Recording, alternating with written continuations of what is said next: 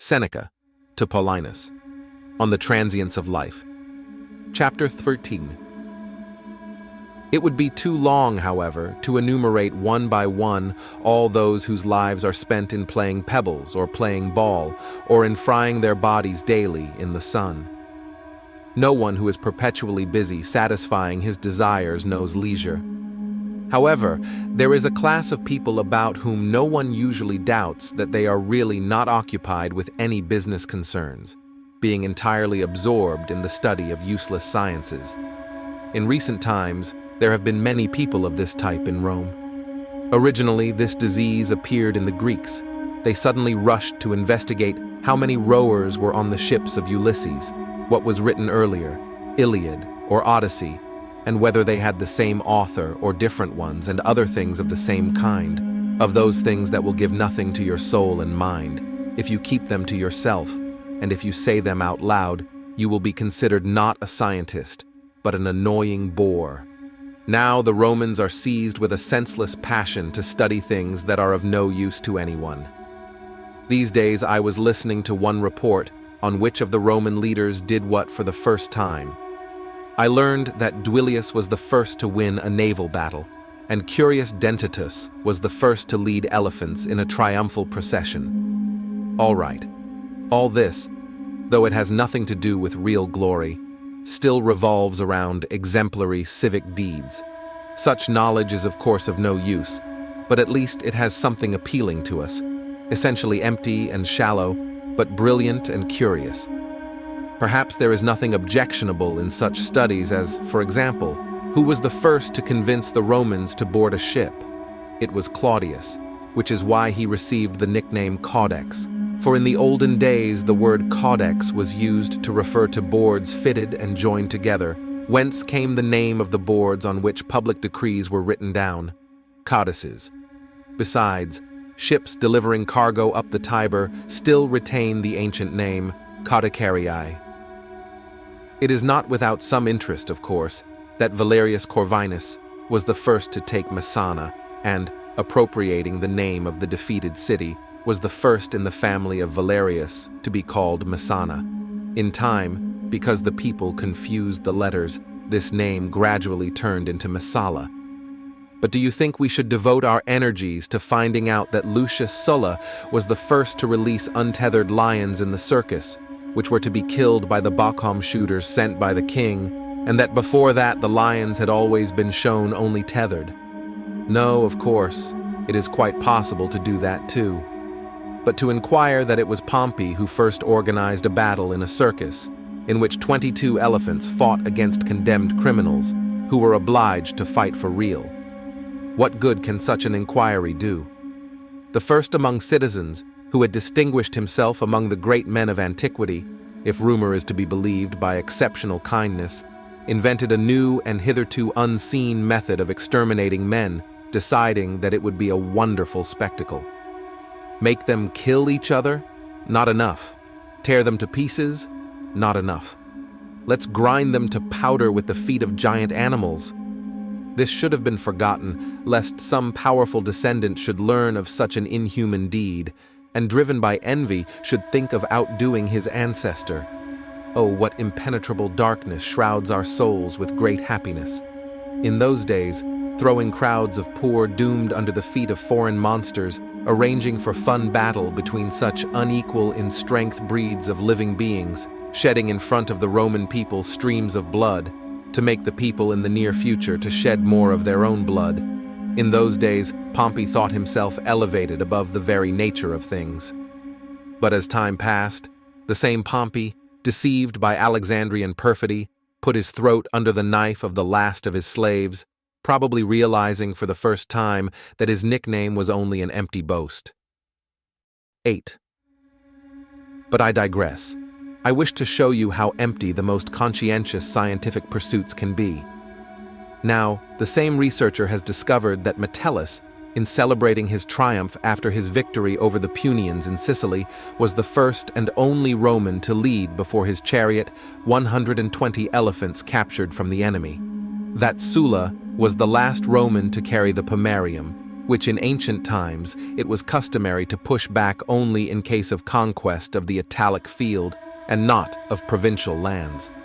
But even this, however, it is perhaps not inconvenient to know. At any rate, it is more useful than the same author's considerations as to why the Aventine was left outside the city limits. He gives two possible reasons. First, that to this hill the plebs withdrew. Secondly, that at the auspices of Remus, the birds were not told to choose this place. All the rest of his writing is of the same kind, innumerable fables, containing either pure lies or something very close to them. 9. However, even if we assume that we can believe every word of such authors and that everything they write is true, what of it? Who will they guide to the true path? Who will be delivered from the power of passions? Who will be made more courageous, more just, more generous? Our Fabian often said that it would probably be better to give up science altogether than to engage in such nonsense. Chapter 14.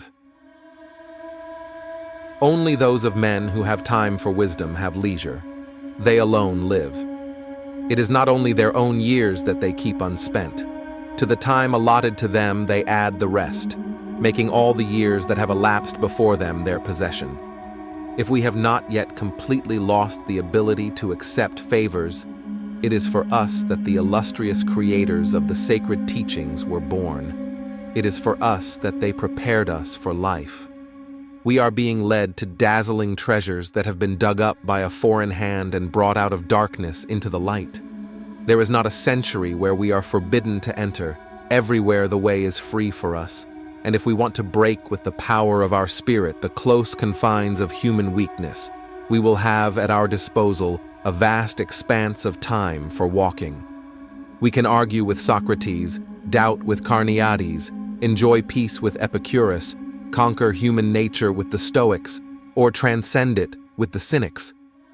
Since the nature of things allows us to enter into communion with any age, why should we not turn with our whole soul from this insignificant, fleeting, transient fragment of time called the present to the immeasurable eternity, where we are together with the best of men?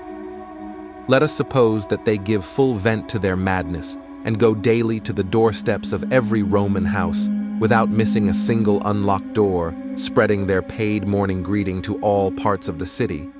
Do you think they will see much of this monstrously crowded city, torn by all kinds of lusts?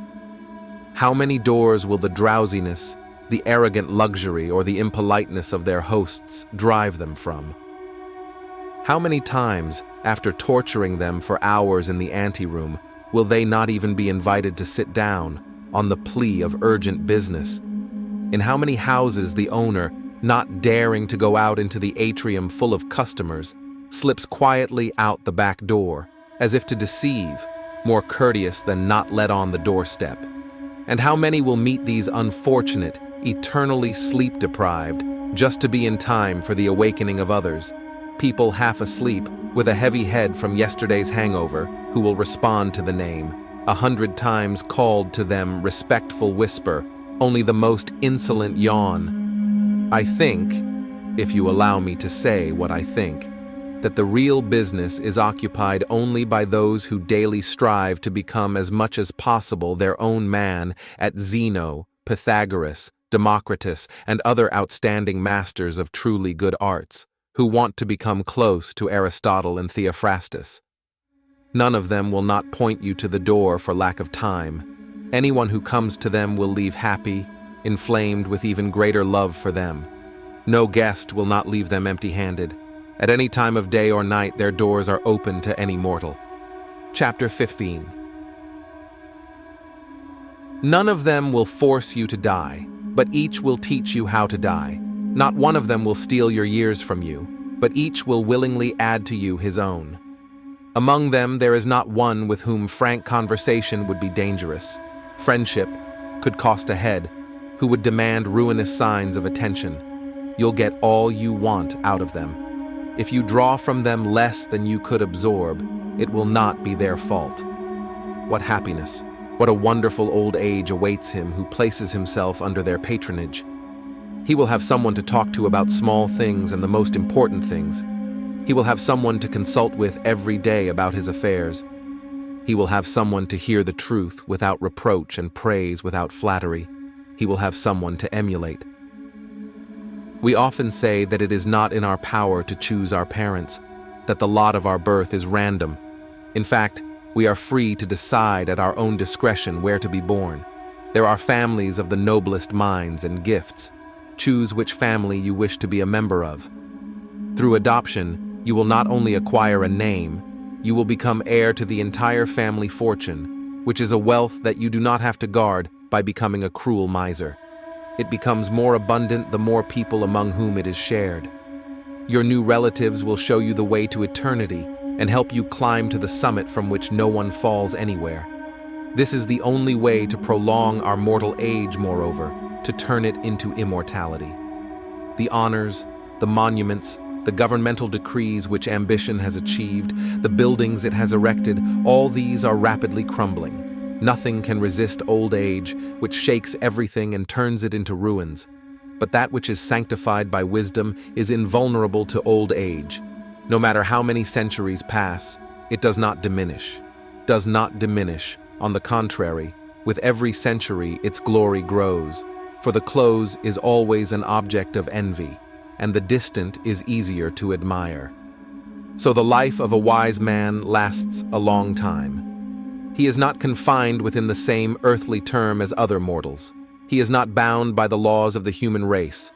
All ages serve him as a god. Some time passes. He keeps it in his recollection. Some time comes. He utilizes it. Some time is to come. He anticipates it beforehand. And it is this joining of all times into one that makes his life long. Chapter 15. The shortest and most troubled lives are those of people who do not remember the past, neglect the present, and fear the future. When the end comes, the unhappy ones realize too late that they have been busy all their lives, but have done exactly nothing. Please do not think that if they sometimes call for death themselves, it proves that they have lived a long life. Nothing of the kind. It is simply because they are unwise. They often do not know what they want and strive for what they fear. So often they call for death because they fear it more than anything else in the world. Do not think that it is a sign of longevity that many of them often find the day too long and complain that they cannot wait for the dinner hour. The fact is that as soon as they stop being eternally busy and find themselves at rest, they cannot find a place, not knowing how to dispose of their leisure time, how to endure it. And so they begin to look for some occupation, and every break between them is a burden to them, so that they, by Hercules, would dream of simply jumping over a few days, if, for example, the day of the gladiatorial games is announced, or the date of another long-awaited spectacle or pleasure is set. The time that separates them from the fulfillment of their desires seems to them inordinately long, but the time that is sweet to them flies by with dizzying speed, shortened also by their own fault. Unable to remain faithful to their own passion, they are always jumping from one lust to another. The day for them is not so much long as it is hateful, but how short the night spent in the arms of a whore or over wine seem to them. This is where the blasphemous and insane fiction of the poets came from, as if Jupiter, finally languishing from the pleasures of love, lengthened the night twice, the food of poetic myths, human delusions. Apparently, the only purpose they pursue is to fan the fire of our vices, for what else can it lead to? To the gods is attributed the invention of all our abominations, and any human depravity, when consecrated by divine authority, is excused and justified. And to men, how can the nights, bought at so dear a price, not seem too short? The expectation of night kills their day, the fear of dawn ruins their night.